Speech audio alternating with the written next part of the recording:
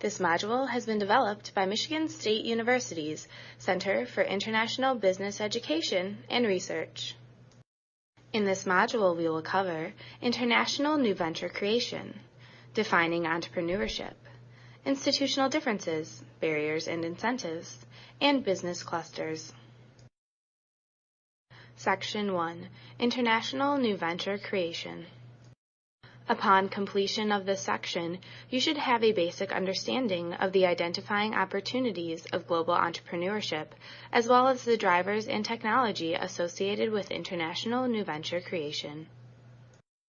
An international new venture is a business organization that from inception seeks to derive significant competitive advantage from the use of resources and the sale of outputs in multiple countries.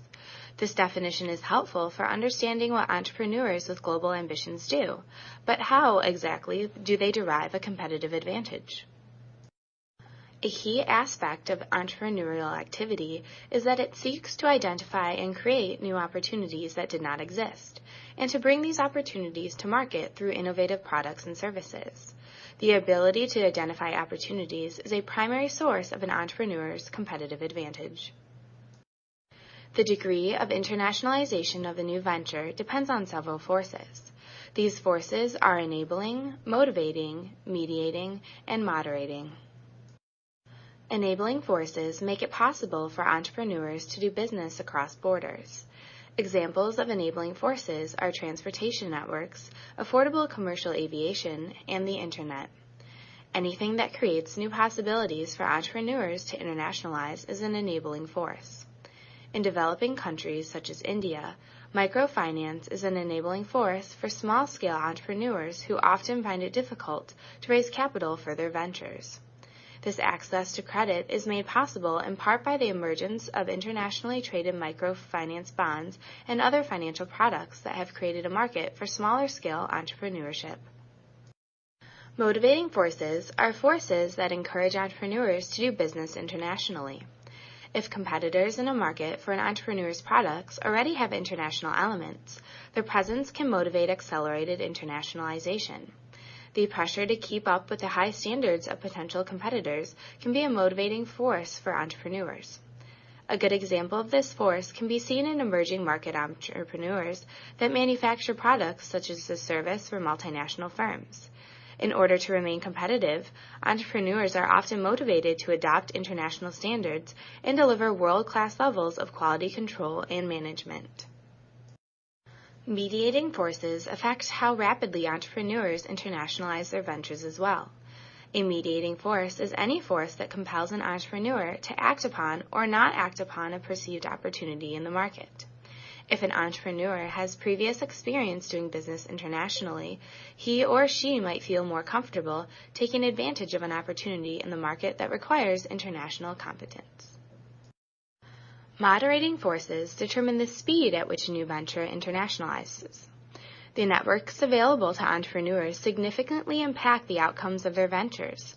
Networks can include groups of angel investors, venture capital and private equity firms, family and friends, as well as connections made with investors, business partners, and customers via the Internet. All of these networks can be seen as moderating forces of international entrepreneurship.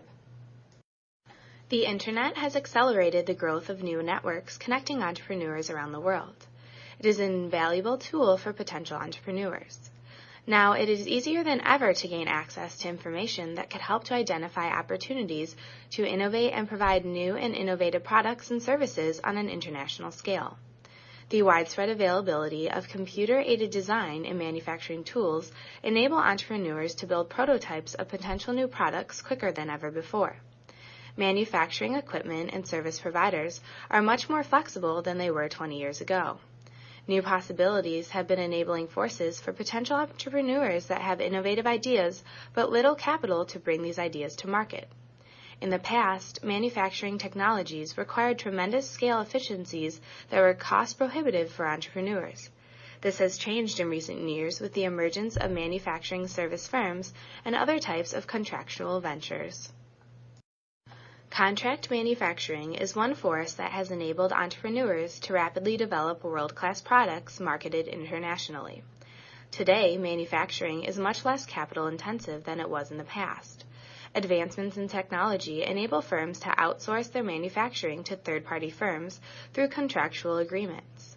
Many multinational firms that market consumer electronics, such as Apple, specialize in product development, leaving the actual manufacturing of products that they sell to suppliers that provide manufacturing as a service. Online markets for sourcing custom manufactured and off-the-shelf parts for product development have revolutionized the scale of supply chains. Online marketplaces for suppliers, such as MFG.com, allow small firms to outsource their designs for new products. In the developing world, born global entrepreneurs have several advantages over multinational firms. Multinational firms that market products to the developing world often lack a thorough understanding of what consumers want. Often, firms with more experience doing business in wealthy countries find that they must rethink the way that they operate. Many products marketed to the developing world by multinationals are simply old versions of the products that were once sold to consumers in wealthier countries. Entrepreneurial firms that market to the developing world are focusing on developing new products specifically made for their target market. One such example is India's Tata Nano, an automobile built for the developing world from the ground up that costs less than $3,000. By now, you should have a basic understanding of the identifying opportunities of global entrepreneurship, as well as the drivers and technology associated with international new venture creation.